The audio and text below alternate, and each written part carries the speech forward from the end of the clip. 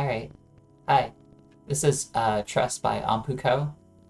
Uh, it's a pretty cool indie game. You should go play it.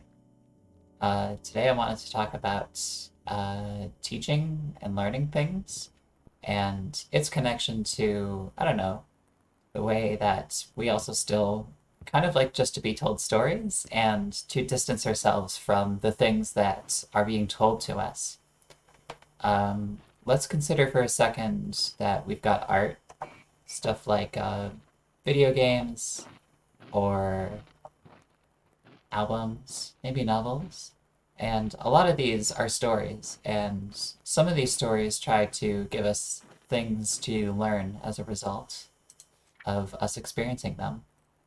But it's sort of a thing of like, necessarily, do people enjoy learning things from consuming art?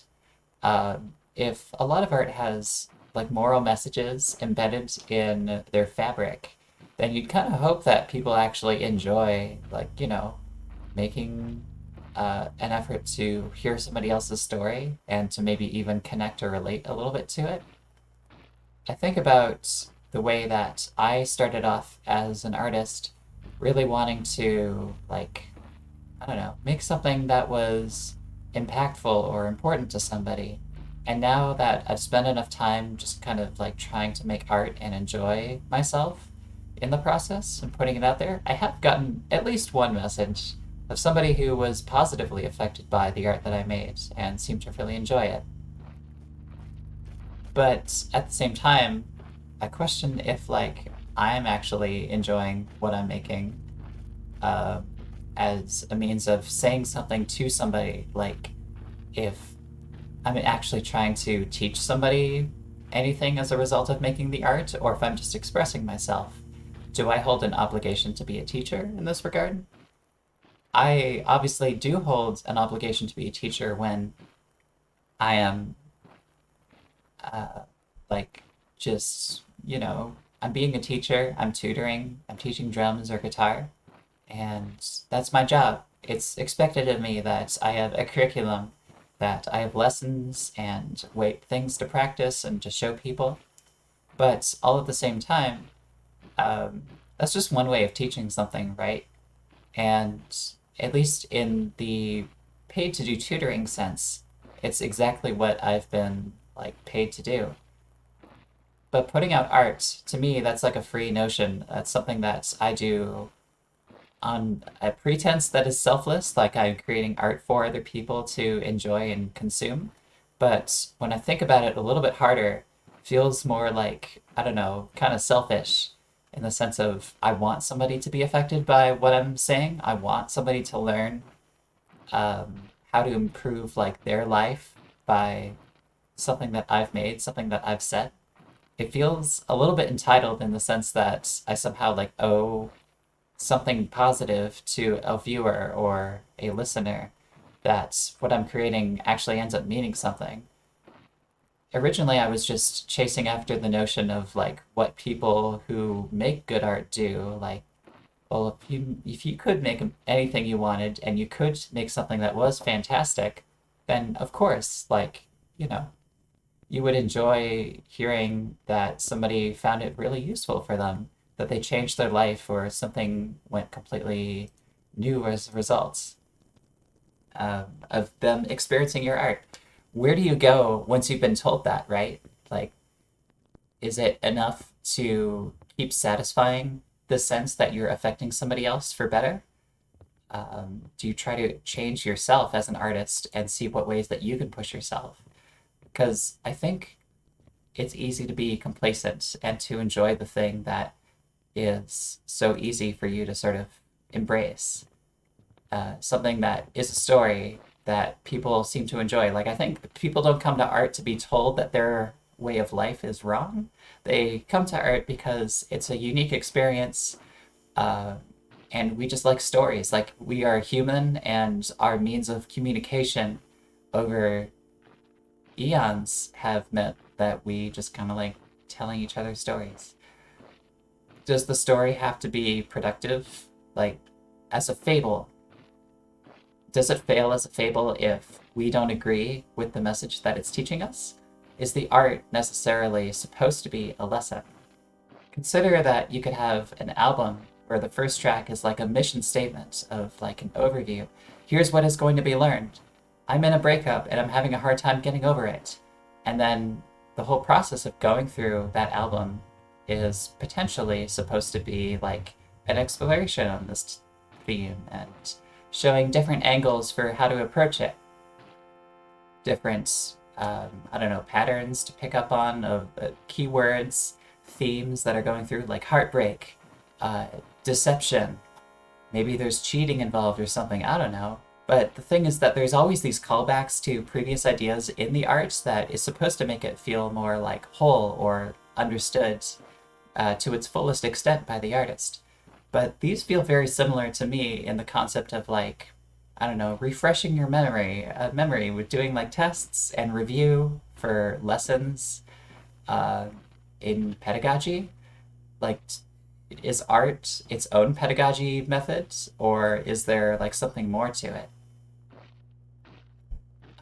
I think at the very least, art as a pedagogical method is very much non-traditional from our concept of understanding a curriculum, review material, having tests, having lessons to be learned, having set sessions for when you learn these things, and understanding the best way that we can convince our brains to, adhere new information.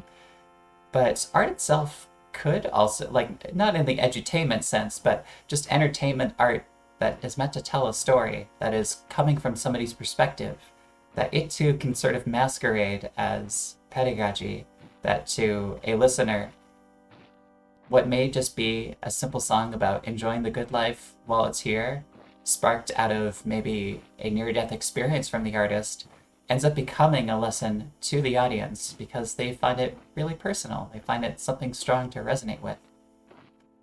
I don't know if it's a fully formed thought of mine, but I still feel like there is some value in saying that, hey, I actually like got a lot of use out of this piece of art, but like I didn't connect with it as strongly, and that's okay. But what it did cause me to do is reflect more inward, to question more things about myself, and to become less sure in a way that is kind of exciting to think about and to feel. I think it's easy to, I mean, for me, I think it's easy, but the truth is that I'm never satisfied by something like this. And I'm actually kind of envious of people who are able to find art that they connect to so strongly that, a song about how everybody has struggles when it comes to getting over something that hurt them is the key that they needed, that single song, to reform their entire lifestyle, or that a single song kept them going when nothing else would. And to me, that sounds fine. But I also kind of question, like, what if I found a piece of art that didn't give me an answer, or didn't even necessarily ask me questions, but it hinted at the idea of certain questions and certain feelings. And the result of that is that I inspected my own thoughts and why I sort of like gravitated towards certain things as a result of experiencing this art. Why are my own thought processes, my own patterns like this? Can I go back? Maybe.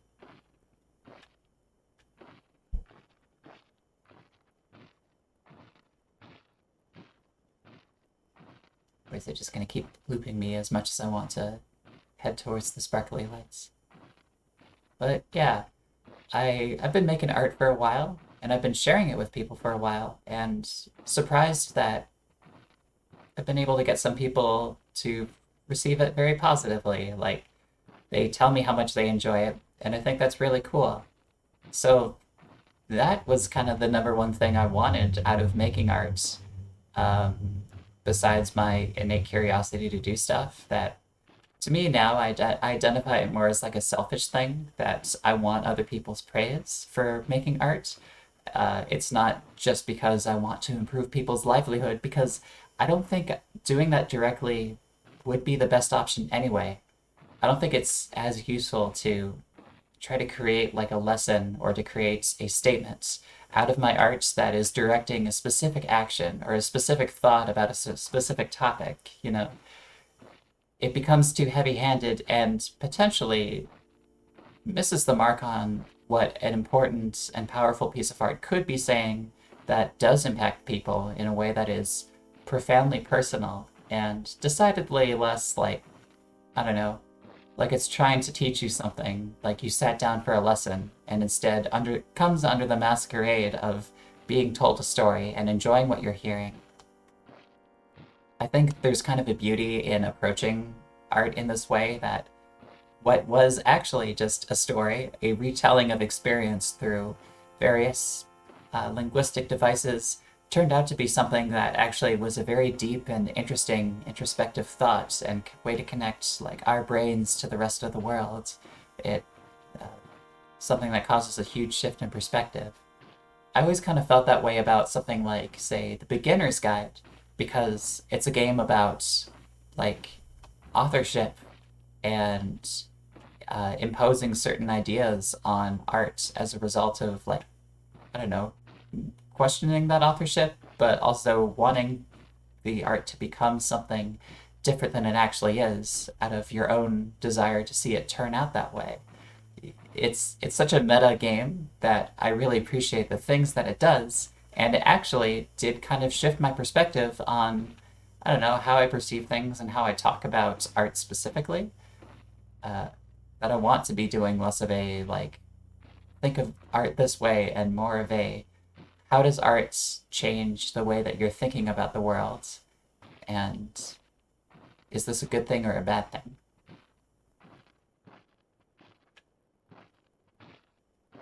Anyway, I think that's all I got, but thanks for listening to me ramble for a bit. Again, check out Truss, it's in the description.